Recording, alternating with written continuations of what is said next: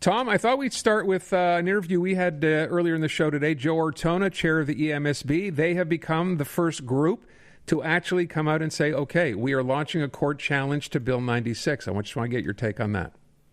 Well, I think that Joe Ortona is showing a lot of strength and conviction, and he's to be congratulated. First out of the starting blocks to challenge 96, there will be several others. I know that Julius Gray has already talked openly about the fact that he'll be challenging the bill under the auspices of the Quebec Community Groups Network. Good for them, too. And I also know that there are several large law firms who are just saying, look, this will take away our ability to service our clients in English, and we're going to go after certain sections of the bill as well. I can tell you that some large businesses in Quebec are really distraught about these outrageous search and seizure provisions, which are in there to be struck down. Let's not kid ourselves.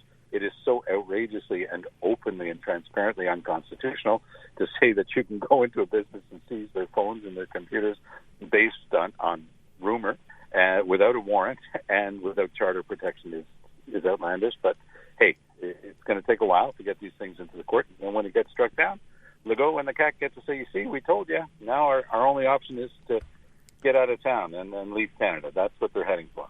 So I have a legal question, actually, Tom. Like, just given that the English Montreal School, that they are the first to launch a legal charge, that doesn't preclude them from then joining in on a group challenge to this later, would it? No, the cases will all be joined. Okay. I mean, what's going to happen is the Chief Justice of Superior Court, because these are all things that go to Superior Court in the first instance, and the Chief Justice will say, okay, well, we've got this one, we've got this one, we've got this one. We're going to wrap them together, and we're going to have all these cases heard at the same time. Okay. That would be the logical way to do it. I want to ask you what you think, and I asked you many earlier. So we had an op-ed in the Washington Post now talking about this. We've had stories. Are you referring to J.J. McCullough's op-ed? Yeah. Mm-hmm.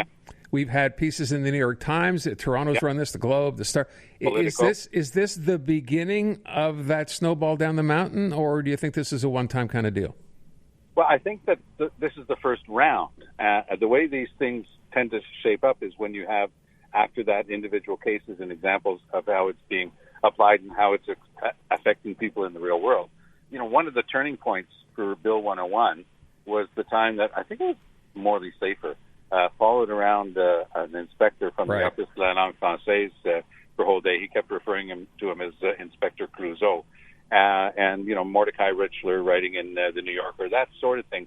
Once it gets out there, and I remember at the time in the early 90s, around 178, which was one of the amendments to Bill 101, that was the one brought in by the Libs, the inside-outside rule that led to the resignation of Herb Marks and Cliff Lincoln and the like. Mm-hmm. A lot of people who were thoughtful were looking at this and saying, well, this is now going to be challenged before the United Nations. And, of course, nationalists here were scoffing at the idea that the United Nations could do anything but recognize the fact that Bill 101 and Bill 178 at the time were absolutely normal ways of doing things. And on March 31st, 93, the Human Rights Commission of the United Nations said, hold on, this doesn't work. You can require people to use French. You can even make it predominant. You can't tell them they can't add another language. That goes against the rules of the United Nations on human rights. So all of a sudden it had to get changed. And the same thing's going to happen here. Legault and those guys are going to keep saying, this is just the normal exercise of our powers and our rights as a people to, take care of majority rights. This is what they're pleading for, taking care of majority rights, not minority rights. And, until they get struck down by the courts, they'll keep saying that. But when all of the courts agree, including the Quebec court, that this is an outrageous provision, for example, on search and seizure or amending the Constitution, then they'll have to act. What's still disappointing, though, guys, I mean, you had David Lametti in there yesterday. He's going to be out there trying to stir things up on Monday. He's going to be talking about guns, okay? This is his answer to everything that's happening with regard to language. He's just going to change the channel. Okay. Now, I'm just going to say we're expecting this to go on. I wonder at what point, you saw the Léger result today, right? The poll results about just how popular the CAQ still is. It seems like nothing up until now is going to shift that or change that. And I wonder if you think, or what it will take to get people to kind of sit back and go, wait a sec, this is not going to be a cakewalk for them. Well, I'll go back to it's been around for a while, so I'll go back to the 1998 election. I know that Andrew Carter had Jean Charest in today, so let's talk about Jean Charest's first election against Lucien Bouchard. Lucien Bouchard was so high in the polls, we were intimidated even to face the election. And lo and behold, once the thing was over, and the Péquists were so arrogant with Bouchard, and the average Quebecer was saying, I don't like this one bit. I'm going to send in a strong opposition. We actually got more votes, but it was badly concentrated, badly spread out. In other words, the ridings like mine in Chamonix, we'd win by 20,000 votes, and the West Island and stuff like that. So the PQ, despite having fewer votes, wound up with more seats. But it was a lesson in humility for Bouchard, who left not long after that, by the way. And I think that the same thing could happen to the CAQ. They're drinking their own bathwater. They're going to have their thing this weekend. They're going to stake out all of their nationalist turf to make sure that the PQ voters don't go back to the PQ. They stay with the CAQ. But at the end of the day, you still got more than 50%, close to 55% of Quebecers who want an option other than the CAQ, according to today's poll. And it's very much like the situation with Doug Ford in Ontario. Ford's going to win a majority next week. But he's going to win a majority because the opposition is so well divided.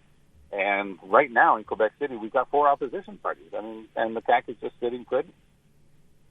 Okay, let's talk about, we had Patrick Brown on earlier today, and one of the things he's been very vocal about is the Supreme Court decision that the mosque shooter, I don't like to say his name, will be eligible for parole after 25 years. He'll be able to apply for parole after 25 years. So I drew attention to Bernardo, another name I don't like to say, but forgive me in these circumstances, that for me, the problem, he'll never get parole, but the problem is that it re-victimizes the victims, right? Because the parents have to show up. Absolutely. And that happened today. On the same day that this happened, Bernardo was denied parole, and the poor family had to go and plead the case again. So that's my issue with this. I would love to know your stance on this and what you think about Patrick Brown seizing the opportunity to put his name on that. Well, the mosque shooting affected not just the families, the immediate families, it affected that whole community. Mm-hmm. And it was brutal. And so a lot of people said that even the 40 years that he got wasn't enough, and this was under Harper's expansion. The families of the 3 police officers killed in New Brunswick, I remember attending their funerals, and that guy was given 75 years. He wasn't going to be out until the age of 99. I can guarantee you that all of those families are saying that's just about right. Mm-hmm. Now, the guy's probably going to be up for his first parole hearing in not that long. So it really changes the way people feel. But with regard to the Muslim community in Quebec City, they feel hard-pressed. They feel hard done by. They find that this is unfair because they know that the kids of people who were killed in the mosque shooting, well, they're going to bump into the killer. I think you're on the right track by not giving them even the light of day to have his name mentioned. That killer will be bumped into in a shopping center in 15, 20 years, and he'll still be relatively young and on his way. There is a good, humane, fair underpinning to this unanimous decision of the Supreme Court. They're saying there has to be hope. You have to be able to hold out hope. And Paul Bernardo is the poster child for the fact that even though you've done your 25 years, doesn't necessarily mean you're getting out. So let me kind of shift gears here and talk about something we did not ask David Lametti about the other day, and that's about gun laws and new gun laws, apparently. We found out that Marco Mendocino, who is the federal public safety minister, is tabling new firearms legislation. Tom, this has been talked about again for so many years. Yep. Lots of promises have been made. What are you expecting this time? Well, I think that they're going to have a lot of cosmetic stuff. So they're going after the shape and the size and does it look like an assault rifle. But all of those arms have for years had a limit of 5 cartridges in the magazine. So it's more a question of what the thing looks like as opposed to what it can do, because a high-powered hunting rifle with 5 shells in it can do the same damage as something that looks like an AK-47. So there's a bit of that going on. If they go after handguns hard, they're going to get a lot of support across Canada, because Montreal is not the only big city having huge problems with handguns right now. And I think that it might take a little bit of the wind out of the sails of the Conservatives who wanted to make this an issue.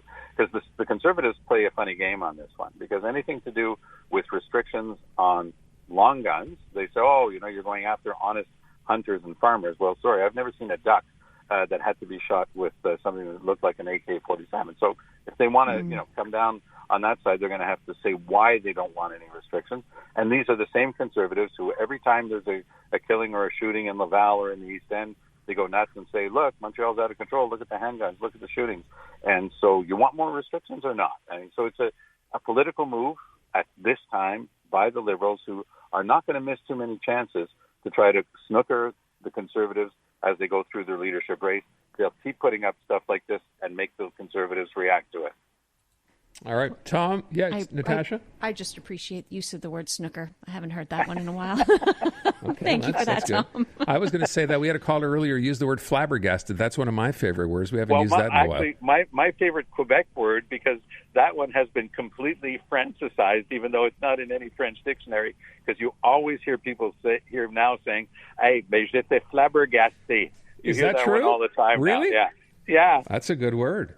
Yeah, it's a great word, but not really a French word. It's a flabbergasté. It's a Quebec word. Yeah. Ah, c'est bon ça. Okay. Yeah, you have to conjugate it after that. That's a big one. 4-syllable word, though. Tom, you have a good weekend. Thank you so much. You too. Have a great weekend. Bye, Natasha. Bye.